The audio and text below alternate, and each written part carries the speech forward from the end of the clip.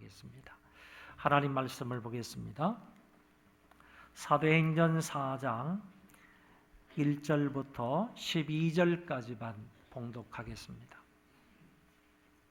사도행전 4장 1절부터 12절까지 제가 봉독하겠습니다.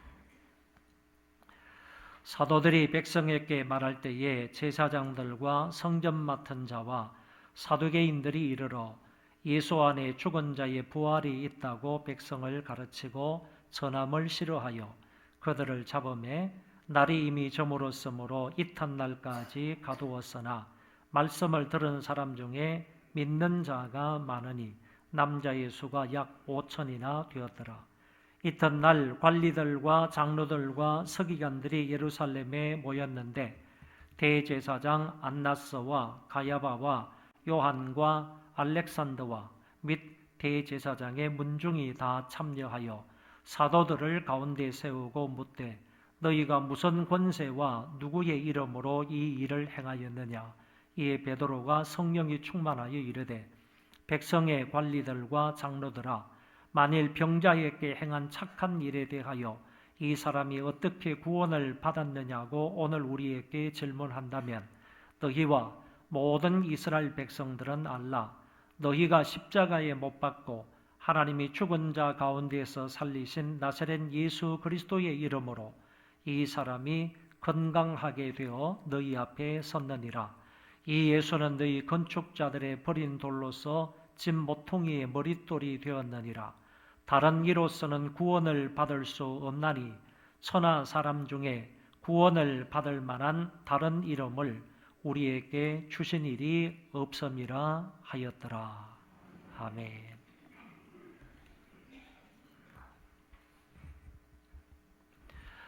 사도행전 3장에는 나면서부터 안전병이 된 자가 나음을 입은 사건이 기록되어져 있습니다. 이는 성천하신 예수님께서 베드로와 요한을 통하여 일으키신 놀라운 이적이었습니다.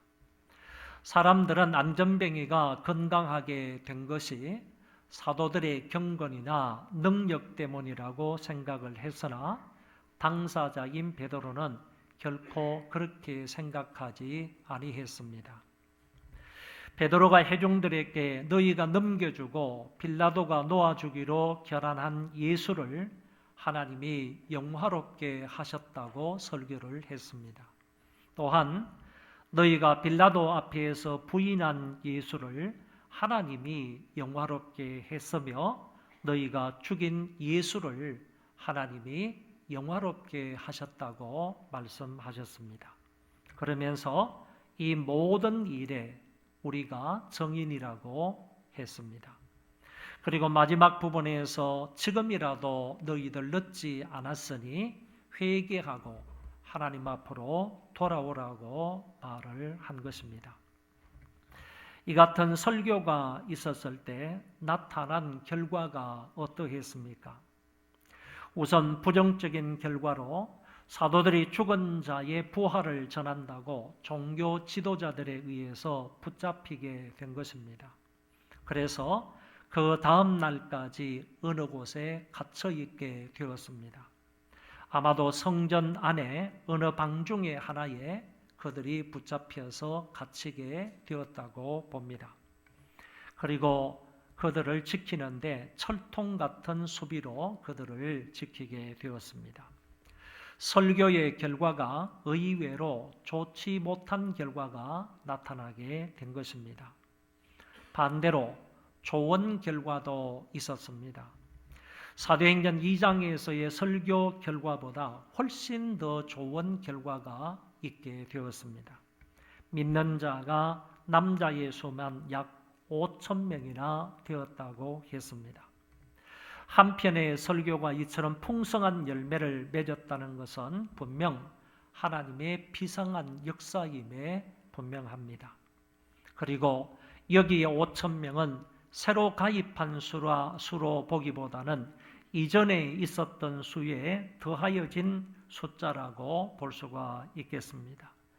이제 마가의 다락방에서 120명의 신자로 시작된 예루살렘 교회가 3,000명으로 그리고 3,000명에서 5,000명으로 불어나게 된 것입니다.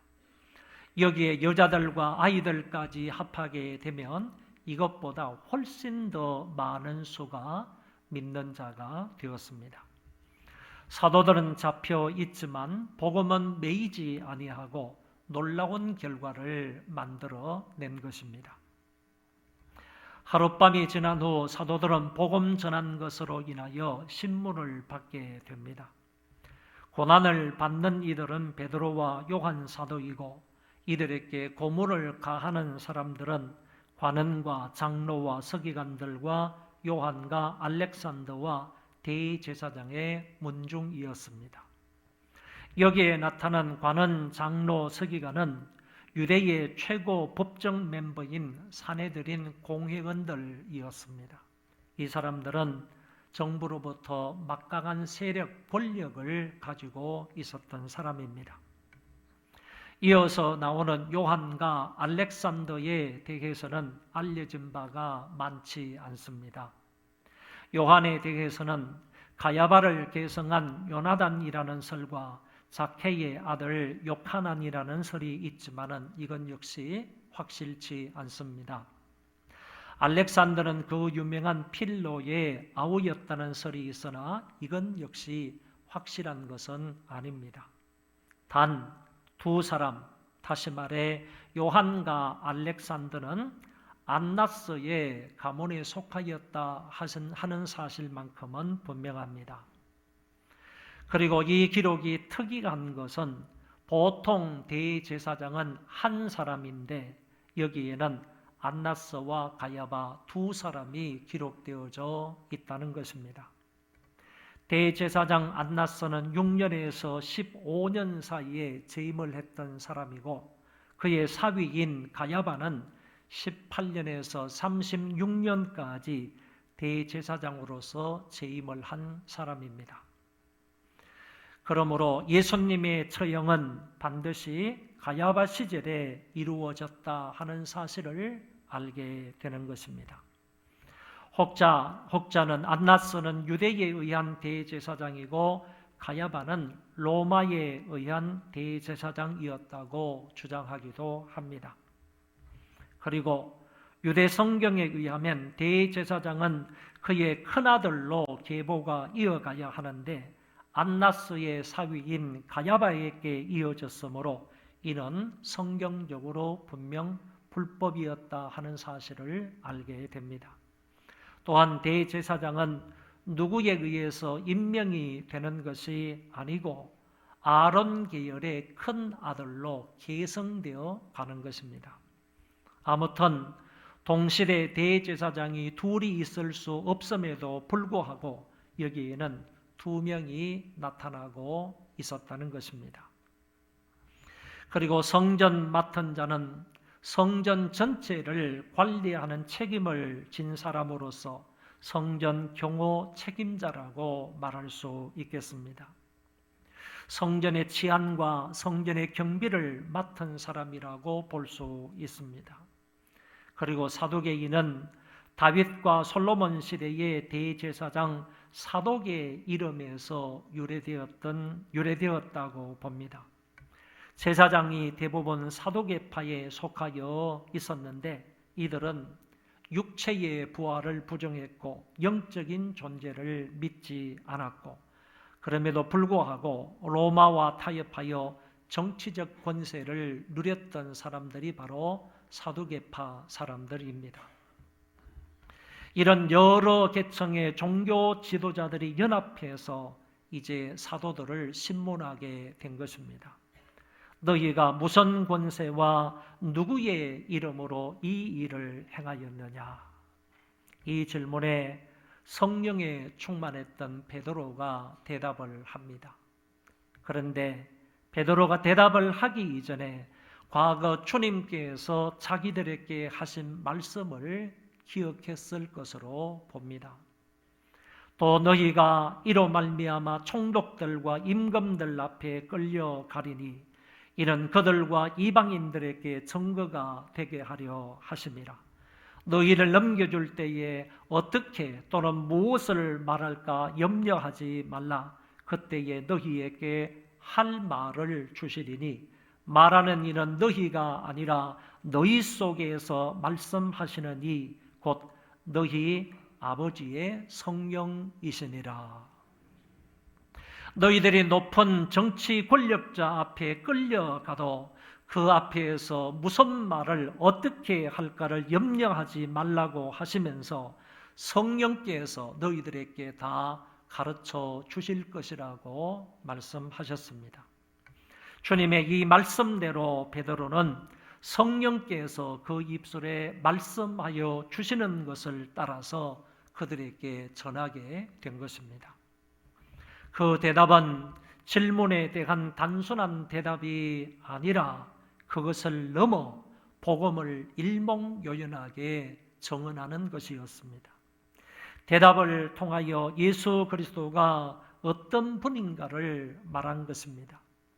이 증거에서 드러난 그리스도는 어떤 분이십니까? 그는 이스라엘 사람들에 의해서 십자가에 못 박혀 돌아가신 분이십니다. 그리고 그는 하나님에 의해서 다시 살아나신 분이십니다. 또한 건축자들이 버린 돌이지만 모퉁이의 돌이 되셨다고 하셨으며 아울러 그분은 바로 유일한 구원자라고 말씀하고 있습니다. 결국 베드로는 성령에 충만하여 이 사람이 낫게 된 것은 우리 때문이 아니라 너희가 십자가에 못 박아 죽이고 하나님이 살리신 유일한 구원자 그리스도께서 하신 역사라고 말하고 있는 것입니다. 그리고 이어서 다른 이로서는 구원을 받을 수 없나니 천하 사람 중에 구원을 받을 만한 다른 이름을 우리에게 주신 일이 없음이라고 하셨습니다. 하나님이 죽은 자 가운데서 살리신 유일한 구원자 그리스도로 말미암아 이 사람이 건강하게 되어 너희 앞에 섰다고 말하고 있는 것입니다. 이것은 지엽적인 뜻에서 광의적인 뜻으로 확장시켜 말하고 있는 것입니다. 다시 말해서 그리스도께서 이 사람을 구원하여 주셨을 뿐만 아니라 예수 그리스도께서 이 사람을 회복시켜 주셨을 뿐만 아니라 더 나아가서 천하 모든 사람도 이 그리스도로 말미암아 구원을 받는다고 말씀한 것입니다. 안전뱅이의 건강이 회복된 것이나 죄인들이 구원을 받게 되는 것은 오직 예수 그리스도로 말미암아 된다고 하셨습니다. 사람이 자기 죄에서 구원을 받아 천국에 이르게 되는 것은 오직 예수 그리스도의 이름을 부름으로 가능해지는 것입니다. 그래서 구원을 얻는 데 있어서 다른 이름은 없는 것이며 오직 예수 그 이름뿐입니다. 나는 길이요 진리요 생명이니 나로 말미암지 않고는 아버지께로 올 자가 없느니라. 아브라함의 자손이기 때문에 구원을 받는 것 아닙니다. 모세의 율법을 따른다고 해서 구원을 받는 게 아닌 것입니다.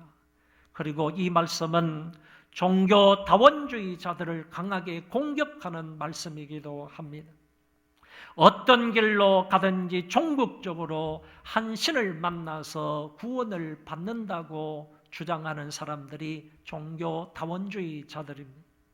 이런 높은 산이 있을 때 동서남북 어디로 올라가든지 간에 올라가면 정상에서 한 신을 만난다는 겁니다.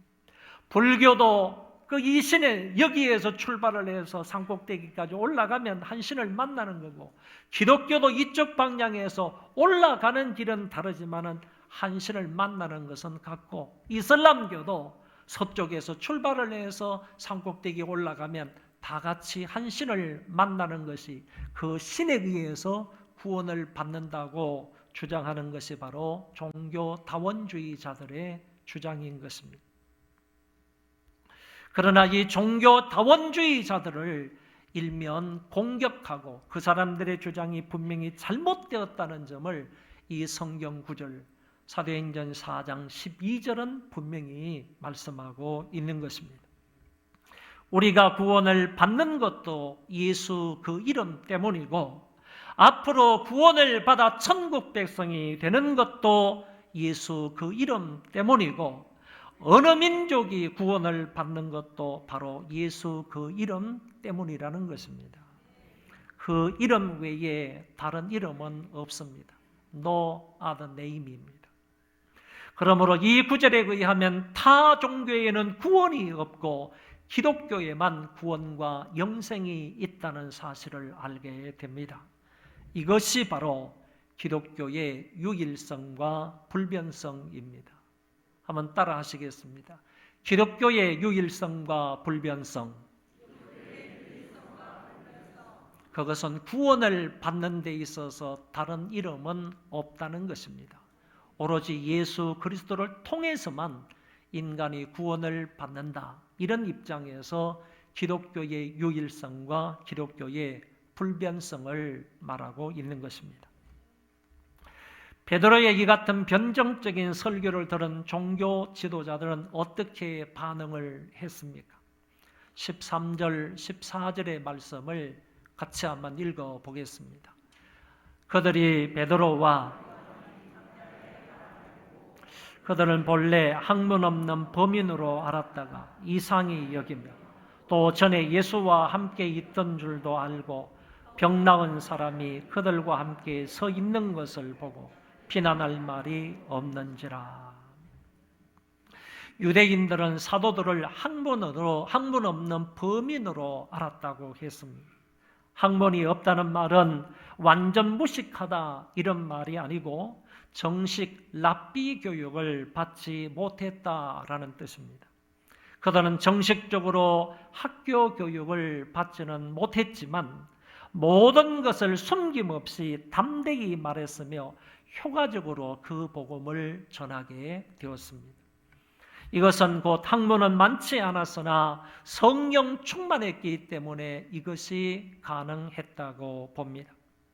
비록 배우지 못하고 무식한 사람이라 할지라도 그가 복음을 증거하고자 할 때 하나님은 그의 성령을 통하여 담대하게 효과적으로 복음을 증거하도록 도우시는 것입니다.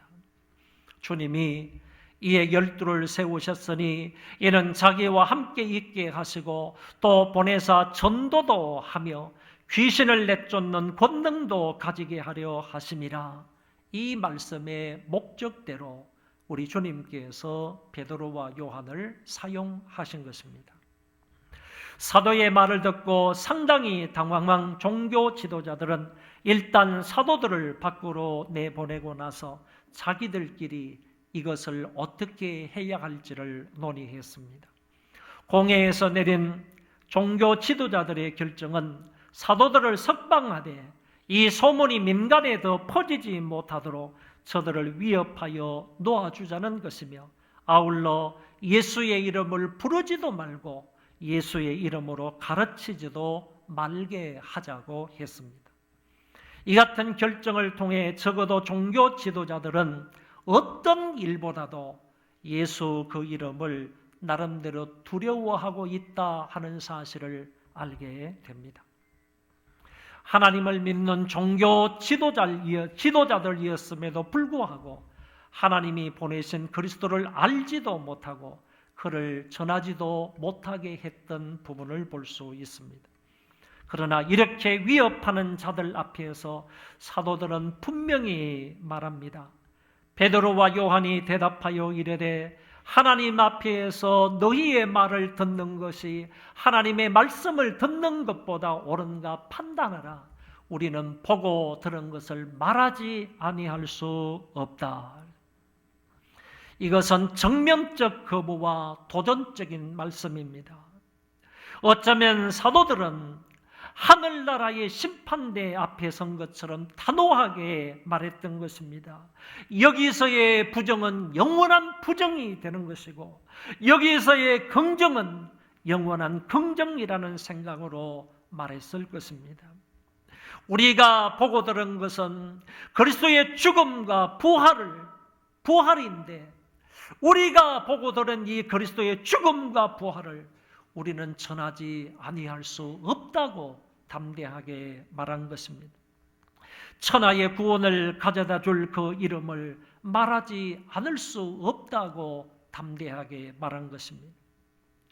여러분, 사복음서 속에 있는 이 제자들은 유대인들이 무서워서 어느 방에 들어가서 문을 꼭꼭 걸어 잠그고 두려워 떨면서 그 안에 있었습니다.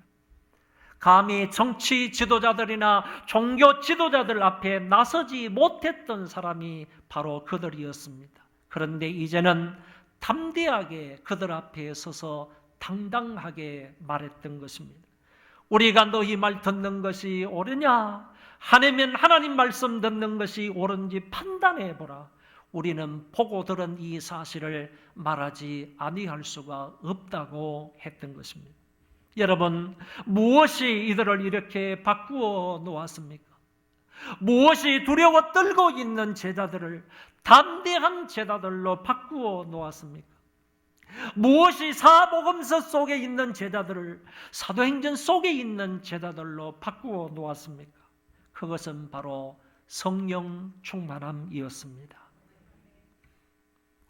이런 담대한 정언 앞에 관리들도 어찌할 수가 없어서 사도들을 위협하여 놓아주게 됩니다.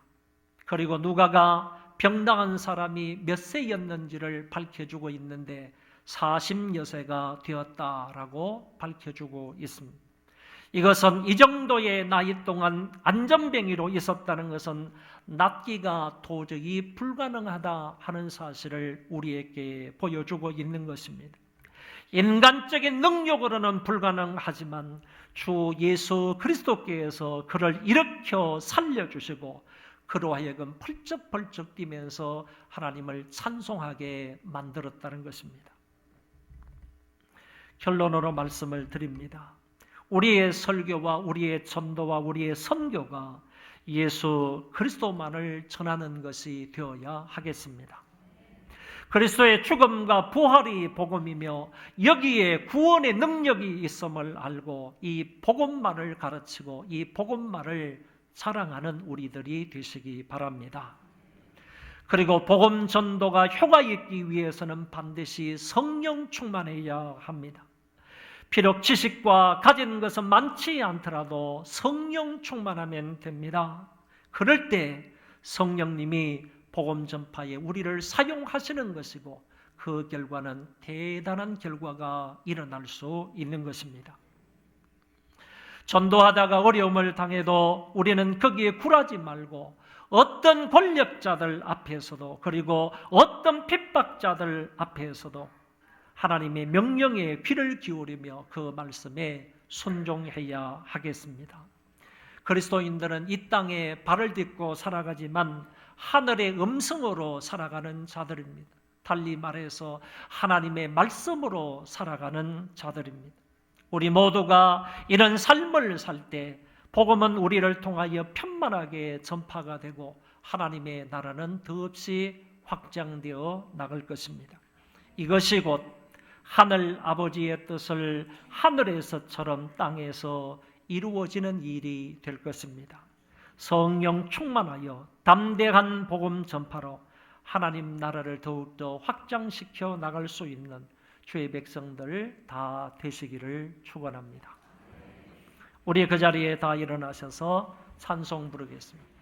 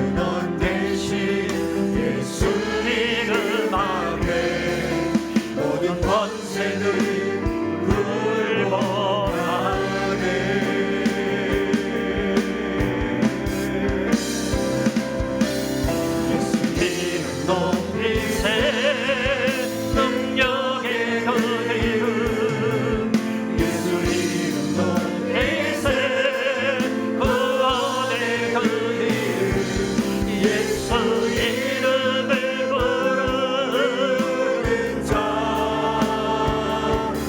예수 이름을 믿는 자 예수 이름 앞에 나오는 자 복이로다.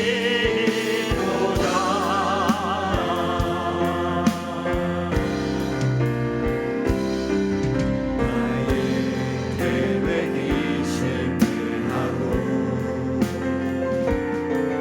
나의 소망이 끊어질 때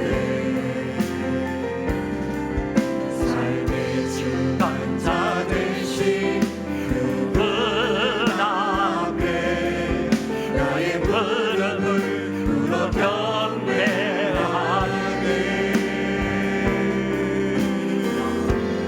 삶을 그에 맡길 때 비로소 나의 마음 평안해.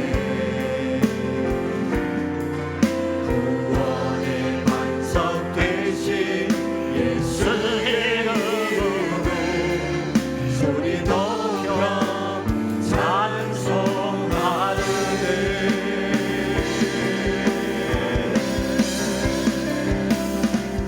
예수 이름 높이세 능력의 그 이름 예수 이름 높이세 구원의 그 이름 예수 이름을 부르는 자 예수 이름을 믿는 자 예수 이름 앞에 나오는 자 복이로다.